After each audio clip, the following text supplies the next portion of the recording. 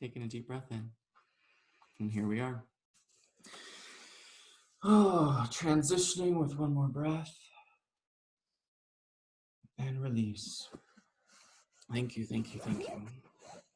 So today's topic is a doozy, but I'm gonna do my darndest to bring it on home. And so we're going into Tenet 6, Duality is an Illusion, we seek transcendence. And so for those of you who have your little packet with you, if you want to follow along, I'm going to read the first 3 paragraphs because this is in the New Living Peace, which for those of you who've read the first one but not the second one, I would say we really upped it because I felt like in the first edition of Living Peace, I did not do the greatest job fully explaining duality and polarity, but in this one, I really took time with it. So we'll go ahead and read this little segment. Understanding duality and polarity. I've come to teach a distinction between polarity and duality. Polarity is the inherent dichotomy found throughout the universe. It exists in all things down to our very atoms with their positive and negative particles. This polarity exists naturally in our world as daytime and nighttime, hot and cold, and even birth and death. Anytime 2 seemingly opposing forces are found, there's likely polarity involved in which one cannot exist without the other. This creates a healthy balance so life may flourish. Taoists may recognize this beautiful harmonizing dance via the yin and yang symbol, in which each contrast organically flows into the other, forever waxing and waning. Deep breath. In natural polarity, there is no judgment involved. Nothing is bad or wrong, it just exists. However, the moment we begin to add judgment, opinion, and morality to life, such as viewing the darkness of nighttime as scary or death as something terrible, we humans create duality. In order to make sense of the world, we develop opinions about what is good, what is bad, what is right, and what is wrong. We may even develop our own opposing concepts, such as what is holy and what is sinful, or the dualism of heaven and hell. Because these opinions are based on human perception and assumption, this human-made duality causes our planet more harm than benefit. An important reminder is, as long as there is a group of people who believe that they are right and all others are wrong, humans will continue to inflict pain and separation upon each other and on the earth. Deep breath. Ooh, hot damn there. So again, to reiterate, polarity is the natural dichotomy found in all things, and it's neutral. Duality is when you get your ego involved and you start to create judgments of what is right, wrong, good, bad. And that is purely human-made.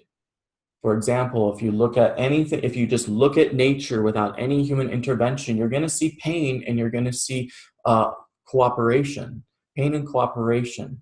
But it's not bad, it's not wrong. Just as when you're seeing a coyote eat a rabbit, it's not bad, wrong, it's not evil. It just is. It's a natural cycle of progression.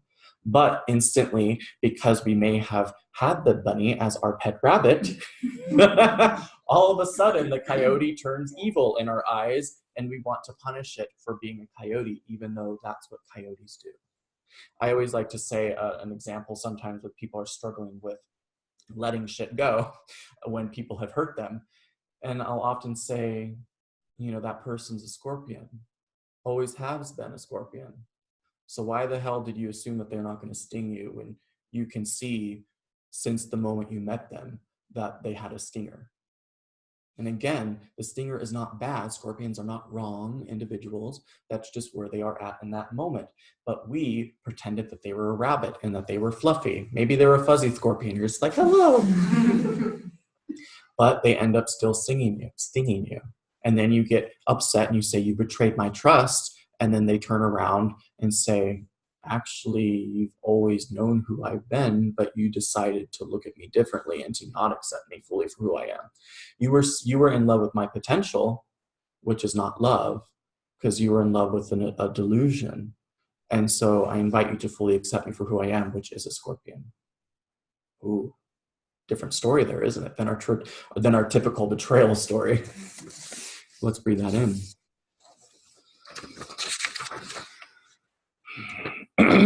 So I would say duality and us learning and transcending it together is probably the leading factor of what makes our church, what makes our community, what makes the Living Peace teachings different than what most churches or spiritual communities you're going to find out there. Because even in spiritual communities and in New Age thought, there is a lot of alluding to oneness, but people are still not transcending the ego's grip. There is still a right and a wrong, a good and a bad, because who left traditional dogma or religions behind and found themselves to be spiritual, but then you look back and you view the traditional as wrong or bad. That happens a lot in spiritual circles, that you've really just replaced one judgment for a different judgment. You were judging everyone else that was not part of your religion, but now you're judging everyone that's still part of that religion, and you're still caught up in the duality. And so that is a huge, huge, huge still thing caught on our planet, that here, yes, we're working on our ego, we're working on these things, we're spiritual, and we're having a good time, and we're feeling more free, but we still are not transcending the grip of ego. We're not transcending the grip of duality in our lives. And that is one thing that we work every single day on together as individuals, as modern monks, as communities, in the teachings. And so if there's one thing really to work on in these teachings, it's to really get a great grasp at duality, because once you do, the rest of the teachings are going to fall into place quite beautifully. Granted, you have to really get a grasp at mastery of thought, because if you can't master your thoughts and direct the flow, it's going to be a really tough time reconditioning those subconscious beliefs, because all of us have grown up in a society where duality and ego are taught. They're literally taught to us that that's the way to live. And so here, as adults or as kids that are now learning this for the first time, we're transitioning that and having to literally reprogram our mind to view life in a different way. Very difficult to do. But I promise when you do, you're going to start to see more harmony in your relationships. And I don't doubt for one second that many of you have already experienced our community here. It's a different feel, isn't it? It's a different feel, isn't it? And it's because this is the juice. This is the key concept of what makes our community different. Because Andrew and I, do not hold the space of duality. We hold the opposite space of non-duality. And so you might walk in and you're just like, it's so peaceful here. Like, I don't feel judged. And then you wonder why. And you're just like, well, they're just cool people. No, it's not that. Not at all. It's because we're literally not having dualistic opinions or thoughts about anyone or even ourselves. Sure, there might be times where, you have a core wound get triggered and you're just like, oh, hello. And then you have to work through it. But because we've been doing this for so long, they're very rare and in between. And if they do happen, they're quick. And then boom, you heal it. Here's the fun thing about us with triggers, and if you're doing this work consistently, or plug, you sign up for our Dunisha program. Oh my goodness, what is a student program with journaling questions? You get to work with me one-on-one. It helps. But what ends up happening is when you go through programs like this, where you really live the teachings, when you get triggered, you recognize it and then you fully release it to where it doesn't happen again. What happens in most traditional counseling or even life coaching or other things out there is that you're just constantly repeating the same stuff. You trigger, you release, you trigger, you release, you trigger, you release, which I'm going to come back to this in a future Taoist story later on in today's segment. But you're constantly, you release something and then new things come to you. You release something, new things come to you, then you have to release them. But with the teachings on how this works, you don't have to keep picking that stuff back up, because you're no longer judging it or anyone else or yourself. Judgment leads you to picking up the shit and carrying it with you, which causes you to suffer. If you can release the complete judgment, which is releasing duality, it no longer impacts you in the slightest. And I have a wonderful story to share that with. Let's take a breath. Oh, wrong book. Inaccurate book. Gotta catch those words. Here we go. And so in Living Peace, in the Mastery of Emotion section, I teach that forgiveness is an illusion. There's really no such thing as forgiveness, because it's a byproduct of being upset.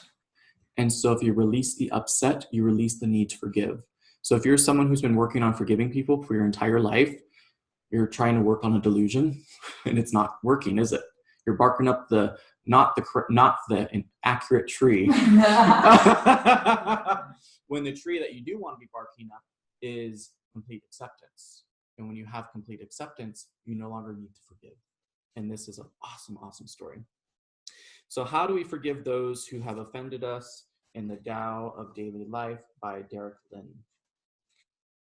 One day the sage gave the disciple an empty sack and a basket of potatoes. He said, think of all the people who have done or have said something against you in the recent past, especially those you cannot forgive. For each of them, inscribe the name on a potato and put it in the sack. The disciple came up with quite a few names, and soon his sack was heavy with potatoes. Carry the sack with you wherever you go for a week, said the sage. We'll talk after that. At first, the disciple thought nothing of it. Carrying the sack was not particularly difficult, but after a while it became more and more of a burden. It sometimes got in the way, and it seemed to require more effort to carry it at times than others, even though its weight remained the same. After a few days, the sack began to stink. The carved potatoes gave off a ripe odor. Not only were they increasingly inconvenient to carry around, they were also becoming rather unpleasant. Finally, the week was over. The sage summoned the disciple and said, "Any thoughts on this?" "Yes, master," the disciple replied. "When we are unable to forgive others, we carry negative feelings with us everywhere, much like these potatoes. The negativity becomes a burden to us, and after a while it festers." "Yes, that is exactly what happens when one holds a grudge. So how can we lighten the load?" "Well, we must strive for forgiveness." Forgiving someone is the equivalent of removing the corresponding potato from the sack. "How many of your transgressors were you able to forgive?" the master said. "I thought about it quite a bit," the disciple said. "It required much effort, but I have decided to forgive them all." "Very well, we can remove all the potatoes. Were there any people who transgressed against you this last week?" The disciple thought for a while and admitted that there were. Then he felt panic when he realized his empty sack was about to get filled up again. "Master," he said, "if we continue like this, wouldn't there always be potatoes in the sack week after week?" "Yes, as long as people speak or act against you in some way, you will always have potatoes." "But master, we can never control what others do, so what good is the Tao in this case?" "We're not at the realm of the Tao yet. We're living peace. Everything we have talked about so far is the conventional approach to forgiveness. It is the same thing that many philosophies and most religions preach. We must constantly strive to forgive, for it is an important virtue. This is not the Tao because there is no striving in the Tao." "Then what is the Tao, master?" "You can figure it out. If the potatoes are negative feelings, then what is the sack?" "The sack is that which allows me to hold on to the negativity. It is something within us that makes us dwell on feeling offended. It is my inflated sense of self-importance, aka ego. And what will happen if you let it go? Then the things that people say or do against me no longer seem like such a big issue. In that case, you won't have any names to inscribe on the potatoes. That means no more weight to carry around, no more bad smells. The Tao of forgiveness is the conscious decision not just to remove some potatoes, but to relinquish the entire sack." Deep breath.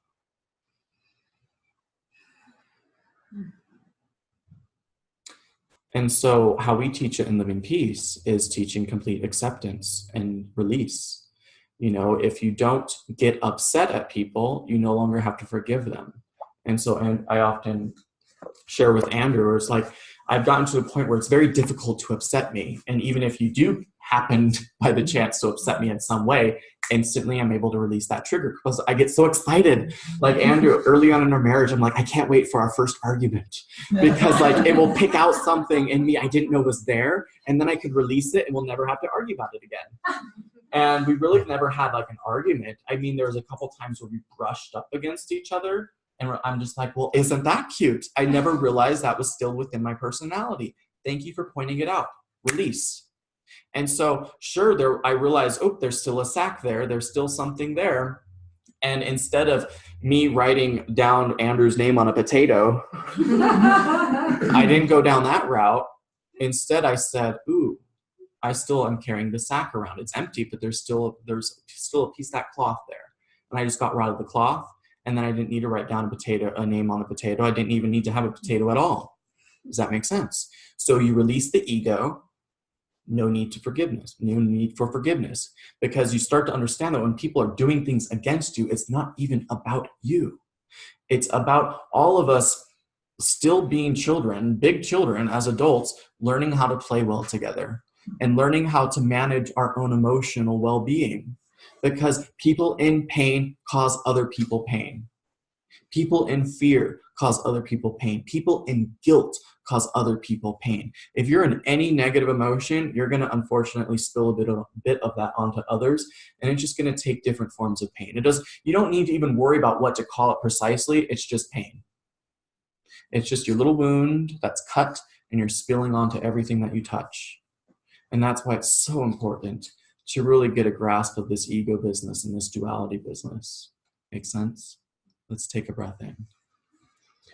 So I'm going to take a segment because I skipped over this when we first started teaching back in January, these sermons. I want to talk about the 5 layers of consciousness. You may have read that in Living Peace, but you might have just skimmed through it and be like, well, that's cool, and you just kept reading. So it probably didn't stick with you. And that's okay. So in Living Peace, I came up with 5 layers to really help us understand human consciousness. And again, it's not a set in stone thing, but it just makes sense and it helps us understand the teachings more. So you have mundane, you have collective, transcendent, galactic, and cosmic. We're going to work on the first 4. Mundane is when you are completely oblivious to ego, attachment, and duality, and you're just living your life pretty much at face value, and things hit you, you get mad, things happen, you get happy, and you're just really caught up. There's right, there's wrong, there's good, there's bad, and there's a lot of, I would say 90% of the population, again, my own estimate, is within the collective and the mundane. 90% of the population. Mundane, often there's a lot of suffering in the mundane and collective. But now understand that all emotions can exist in each layer of consciousness. You're just going to experience them differently. So you can be very happy in the mundane consciousness. This would be someone who's in a traditional religion and they follow the rules and they have that nice little white picket fence life and everything is just working out for them. And there's right, there's wrong, there's good, there's bad. And it makes sense to them and they're happy with it and it works for them. There's no judgment there. But unfortunately, that's not the case for most people in that situation, because who's ever become a black sheep in one of those institutions? And you start to experience a lot of separation, don't you? And so it's often our pain that starts to wake us up out of the mundane and the collective. Make sense? And unfortunately, a lot of people are existing in the pain body of the mundane consciousness, and that's where there's a lot of suffering, because it's just like every other day you're offended by something. Every other day you're attached to something that it doesn't go as planned, and then you get caught up in addiction to handle that, and just a lot of pain. You move on to the collective when you start to gather more together in like political groups or religious ideologies or even large family units, because this is when you start to kind of step out of your own self-importance and you're just like, I want everyone to agree with me because I have found some peace, I found some happiness, I have found the truth. And then you kind of loop together with other people's truths and now you have your own gang. And then you're forcing that upon other people because there's still duality and attachment and ego in the collective. It's just less self-involved and more group involved. And so you're now part of this ideology, but the issue with this is anytime someone who believes different than you judge them, and it leads to more separation. So we're still screwed. So then, this is when the black sheep or the rainbow sheep really starts to kick in, because you're part of this collective, but then you start to disagree with it. There's something that sticks out, and you're just like, no, this is leading to more pain. And all of a sudden, it's like velociraptors, all their eyes turn to you. And you're fucked. But often you end up leaving. You end up leaving the institution because you're just like, okay, I now see the hypocrisy here. And now you go into what you might consider the dark night of the soul. And you feel very alone. You feel very separate. But you're also waking up. It's painful, but you're waking up. You're starting to become aware of ego. You're starting to become aware maybe of duality. You're starting to see the hypocrisy of life, but it kind of may make you bitter. And so it's very interesting in the transcendent consciousness is where you find a lot of spiritual individuals that are trying to work on the ego, but there's still that major separation because we're figuring out, we're aware of it, but we're not maybe consistently doing it, if that makes sense. It's like we see the hypocrisy, but then what? You know, I've been meditating or I'm going to yoga, I'm doing these things, but I'm still so angry. Or you're still struggling with addiction. It could be anything. And that's when you're in maybe the more dense vibrations of still caught up in the negative emotions of transcendent. You're still aware, but you're still caught up in it. And then you start working towards more of the joyous, at peace emotions found in the transcendent, which a lot of what you're going to see here is a lot of transcendent, but we're actually holding space for the galactic consciousness, which the galactic consciousness is, for example, in the transcendent, you have a negative thought, you correct it. In the mundane and collective, you don't even recognize that it's a negative separating thought. In the transcendent, you have it, you correct it, cool. Transcendent, you don't have the negative thought anymore. It's already an aligned thought. So when someone comes up against you and they offend you, you don't even say, bite my tongue. You don't do that anymore. What ends up happening is you're instantly in a mindset of compassion because you understand the concept of non-duality. You've worked on your ego enough to release it to not get triggered. That's the galactic consciousness that we're working towards.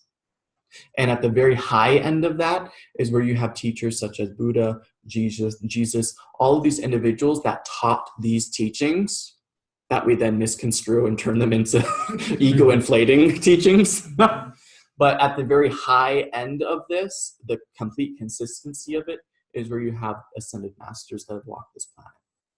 Does that make sense? And that's something we can all achieve.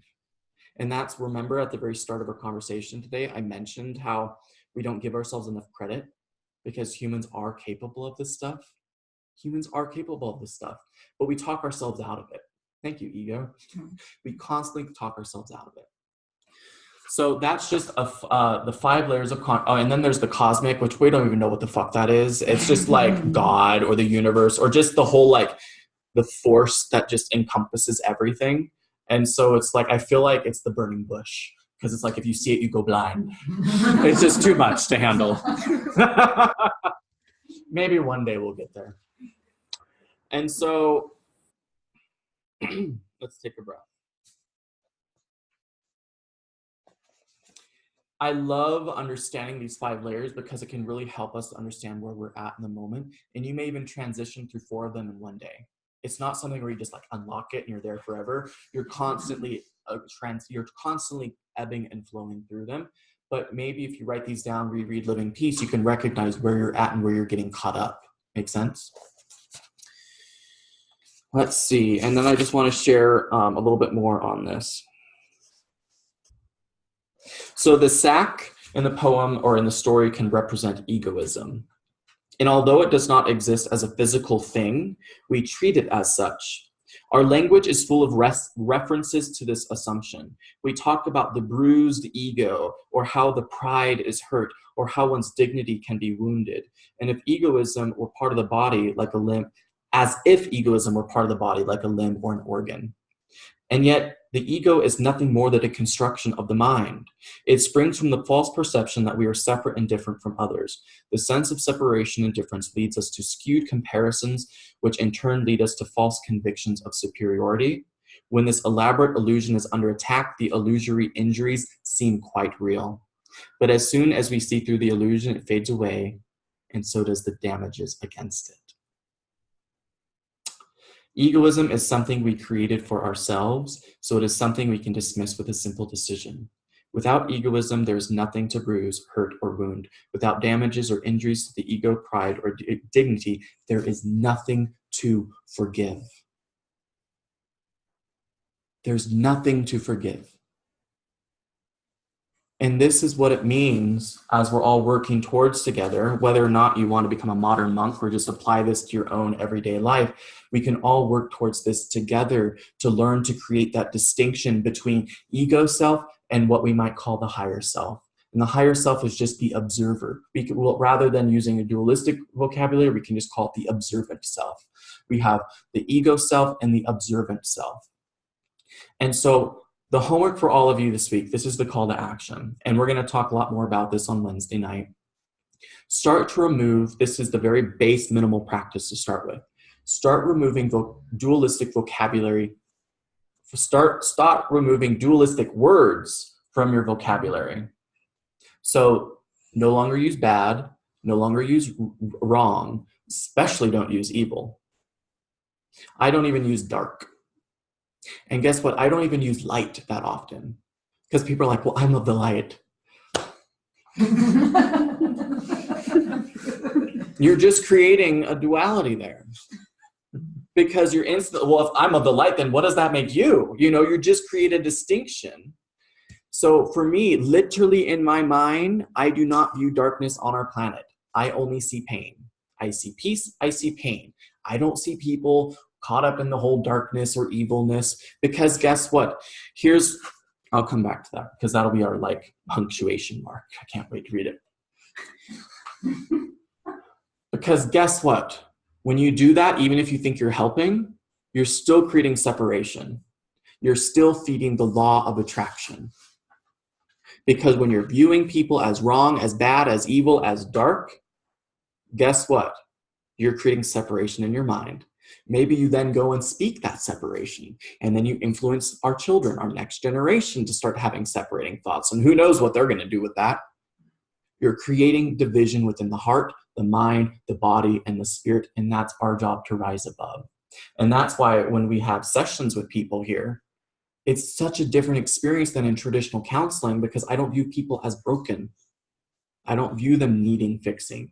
I'm just paying attention to the pain that's in their heart and seeing how we can start to understand what practices will lead to peace and what practices will perpetuate the pain.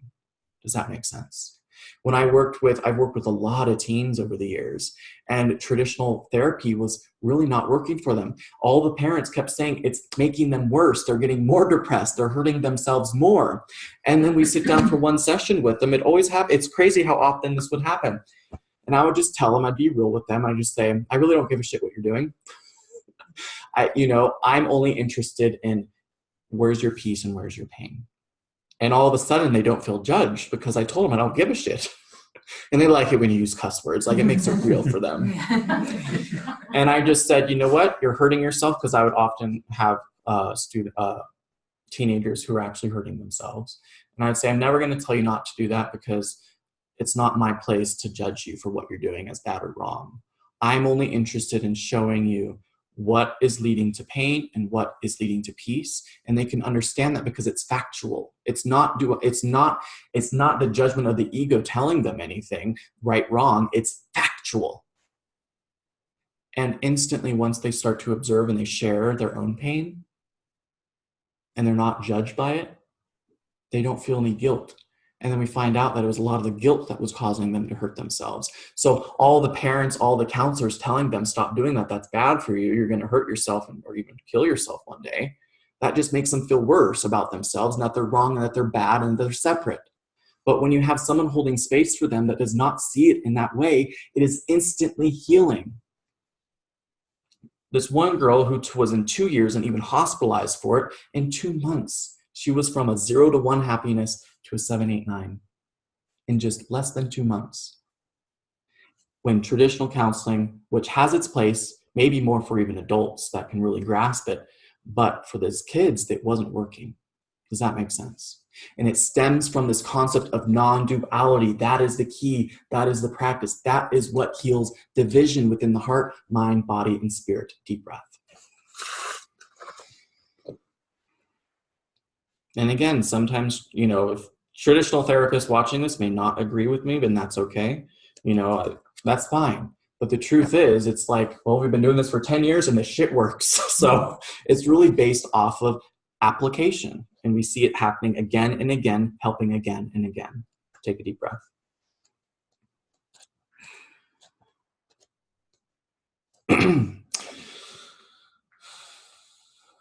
So I'm going to go ahead and read this because this is something that often comes up in conversation. A common question I receive from new students is, what about people who commit atrocious crimes, such as taking another person's life? How do you not view them as bad? My response: their actions were of extreme violence and created suffering in the world. I don't need to label them dualistically to speak of the facts involved.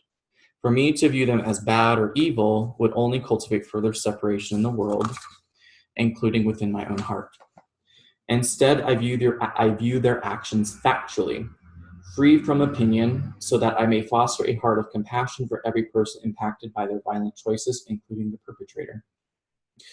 If we take a close look into the heart of any person who commits violent crimes against humanity and our planet, we will find a disconnect from reality, aka delusion, a separation from love, a heart filled with pain, or even completely numb of all feeling. Our history books aren't filled with people who believe themselves to be bad or evil. Instead, every person who's hurt others has had a motive or reason that they believed was justified. The motive someone has stems from negative emotion and a mind filled with separation. Therefore, concerning ourselves with whether people are good or bad is a fruitless endeavor. Instead, we can choose to focus our energy on mending the hearts and minds of humanity so these atrocities cease to occur. How do we achieve this goal? By seeing beyond ignorance, beyond chaos, and beyond duality, in order that we may embody peace and then teach peace to our children. Together, we can create a reality in which no child ever grows into an adult without a heart that knows love and a mind that knows peace. Deep breath. Thank you, thank you, thank you. So that is our sermon for today. We're going to go really deep into it this Wednesday night for anyone who's local who'd like to join us. And as always, I invite anyone, if anyone wants to check out our month program or work one-on-one for a Zen session, or even just donate and support our mission here. The links are down below. Thank you.